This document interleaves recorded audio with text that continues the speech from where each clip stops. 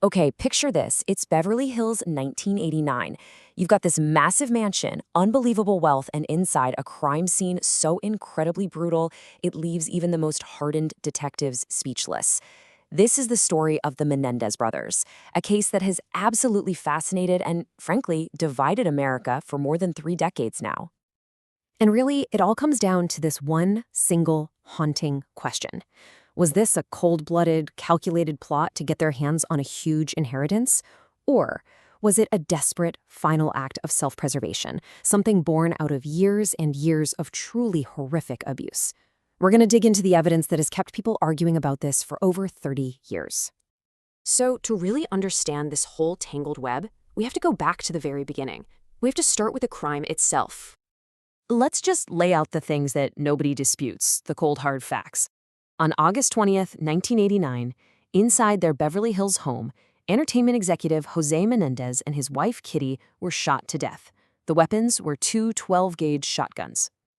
When you look at the timeline, the whole thing feels chillingly deliberate. I mean, just 2 days before the murders, the brothers go out and buy the shotguns. Then, on the night of the 20th, they just unload on their parents, 6 shots into their father and 10 into their mother. After that, they ditch the guns, head to a movie theater to try and create an alibi, and then they come back home to make that now infamous 911 call. And you can only imagine the scene that greeted the investigators. Cops and forensic staff, guys who've seen it all, later described it as one of the most brutal crime scenes they had ever seen. That sheer level of violence, it made them question the brothers' story right from the get-go. Right. So that whole image of two innocent, grieving sons, it didn't hold up for long. Pretty soon, the investigation started to poke holes in their story, and the spotlight turned directly onto Lyle and Erik. So what was their initial story? Well, they tried to sell this idea that it was a mob hit, something to do with their father's business deals. It was a clear attempt to throw the police off their scent. And honestly, for a little while, it almost seemed to work. But here's the thing, their behavior in the months that followed was anything but what you'd expect from grieving sons. In just a few months, Lyle and Erik blew through nearly $700,000 of their parents' money. And we're not talking about subtle spending either. They bought luxury watches, a Porsche, hired a private tennis coach. They even bought an entire wing of a restaurant. This crazy, lavish spending spree was the first huge red flag for the police. So the spending definitely put them on the police radar. But what really broke the case wide open was when Erik, who was apparently consumed by guilt, confessed everything to his psychologist. And then the final domino fell. The psychologist's mistress, after things went south in their relationship, went straight to the police with what she knew. The net was closing in, fast. With the brothers finally arrested, the stage was set for one of the most sensational, most talked about, and honestly, most controversial court battles in modern American history. The trials basically boiled down to 2 completely opposite narratives. The prosecution, on one hand, argued this was all about greed, plain and simple. They said the brothers killed their parents for a $14 million estate. But the defense, they argued it was all about fear, claiming the killings were the tragic, desperate end to a lifetime of absolutely unspeakable abuse. That first trial became a national spectacle. It was on court TV, so the whole country was watching as the brothers gave this incredibly graphic, emotional testimony about the abuse they said they suffered. The details were so shocking and disturbing that both juries, they had one for each brother, were deadlocked. They just couldn't reach a unanimous verdict.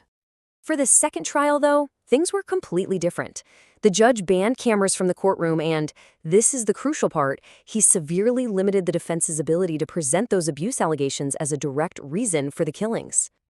So, with that abuse defense pretty much neutralized, the outcome was swift and it was decisive.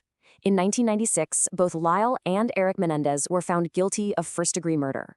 They were sentenced to spend the rest of their lives in prison with absolutely no chance of ever getting out. But, you'd think the story would end with the verdict, right? Nope.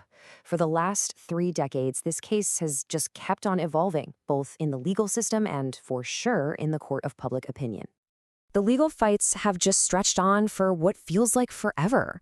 After their conviction was upheld back in '98, they kept filing appeals. Then, just last year, they requested a new hearing, saying there was newly discovered evidence. And that's led to a resentencing hearing that's now on the calendar for June of 2025.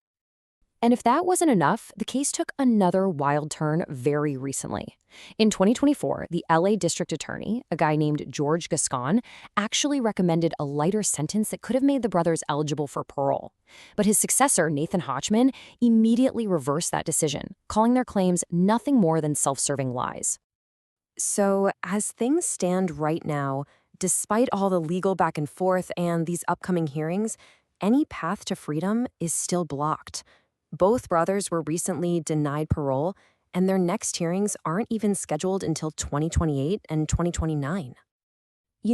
Amid all the debate, the TV specials, the headlines, and the decades of legal paperwork, this is what remains: the shared gravestone of Jose and Kitty Menendez, the two people whose violent deaths started this whole long, tragic story.